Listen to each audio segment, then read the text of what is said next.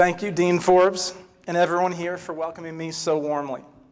Returning to New Mexico in many ways always feels like coming home to me. My wife's family lives here, and we actually got married just up the road. I'm otherwise a native of good old Milwaukee, Wisconsin, growing up as the second oldest of 6 kids, and someone who never could have imagined the breathtaking landscapes that I see here in New Mexico. I first visited the university back in 2000 at a very different time and place for the School of Architecture and Planning. This was years before former Dean Roger Schluntz and many others realized the dream of designing and building the stunning facilities that we see today. But as design can do, the building transcends the basic function of shelter. It has also fostered a whole new sense of community, in my observation, and I hope all of you students have felt that as well. So I'm an architect by training, but a huge admirer and fan of the planning and landscape architecture disciplines represented in your school. There are a lot of walls between these fields in every school and throughout the entire profession, but there's also common ground and values that unite us all. Chief among them is a shared focus on design, which is the term you'll hear me use most often tonight to describe the broad work of the school and its graduates. One of the biggest reasons I embrace design is that I've never felt fully at home in architecture, even though I'm trained as an architect. As Dean Forbes explained, I stand before you in many ways as the antithesis of what the architecture profession expects its graduates to do. I've never worked in a firm. I've never logged a single hour of internship, or what we call IDP, nor will I ever sit for the architect registration exam. In part, my personal experience, as well as conversations with many others at all stages of their careers, has led me to the conviction that the licensure system in architecture is deeply flawed and does not serve the profession well, much less society. I hope you have a different experience. I also realized early on that I'm a better movement builder and communicator than I am an architect, at least architects as it's narrowly defined by the profession. And this, it turns out, is half the battle in life, and certainly in your career, knowing what you're best at and figuring out how to put it to good use. Some of you may travel the well-worn paths, perhaps becoming an architecture firm principal, or municipal planning directors, or a traditional landscape architect, and you can do a ton of good in those capacities. But some of you, I hope many of you, will invent entirely new ways of being a designer and a citizen in the world. The reason I was invited to speak to you today is because I've focused my career on bringing design and an awareness of its transformative power to the public. This isn't rocket science, and I can't pretend it was a deliberate choice. Serving the public was simply what I thought design was about. In my heart, I believe it can and should be. The architecture profession in particular, at least as we've known it, is dying. It's dying. And you graduates are exactly the people we need to resurrect and reconstitute it. With 31 Native American students and numerous other ethnicities represented, the School of Architecture and Planning here at New Mexico is commendably among the most diverse in the country. Whether you recognize it or not, this beautiful diversity has already impacted the way that you've learned. I implore you to take that wisdom you've gleaned being around people with such vastly different perspectives and carry it forward with you into your career and make it a hallmark of your work. That alone can distinguish you and your work from the status quo of design today, which is disproportionately white, economically privileged, and unapologetically elite. Even in the most fundamental area of gender, especially in architecture, women are an absolute minority. That differs from the near gender parity here at your school, and it is a continued failure of the design professions. A few weeks ago, a couple of Harvard graduate students, roughly the same age as many of you graduates here, launched an online petition to highlight a decades-old wrong.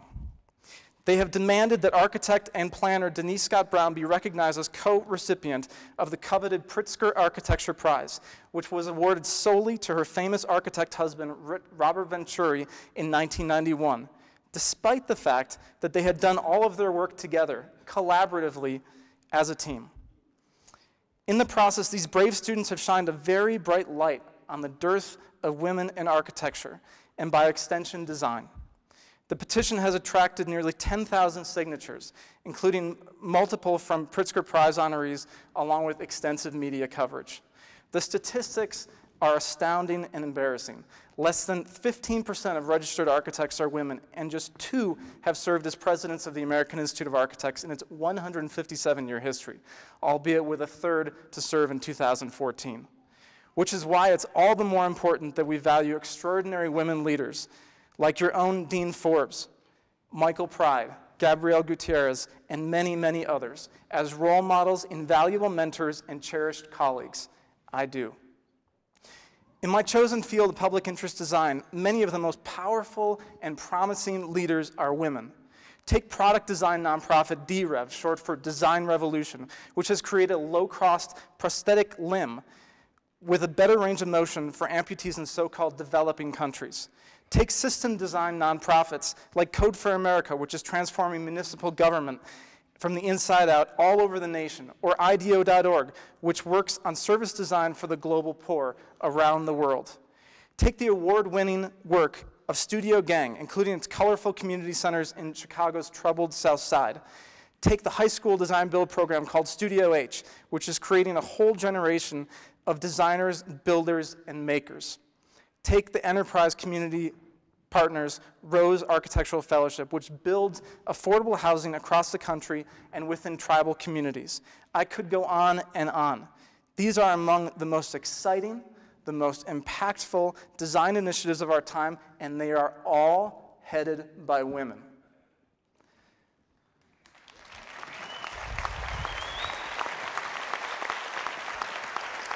These women are reshaping our field and reimagining our world.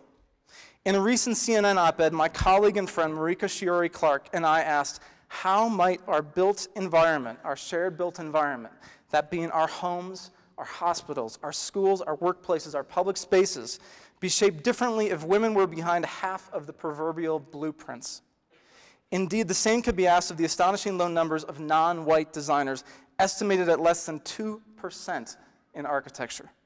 It is not a question of whether, but to what extent our buildings, our landscapes, our cities, our rural communities are less beautiful, less functional, less equitable, because women and people of color are less likely to be creating them.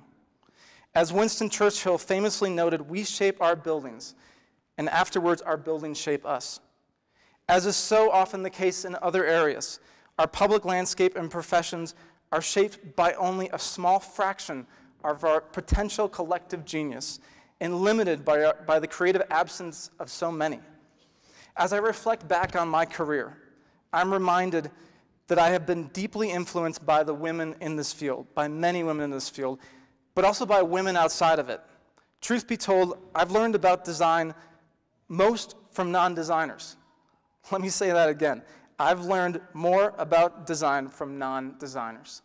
My wife, my mom, my grandma, people I see in airports, in hospitals, in schools, and literally every place I go.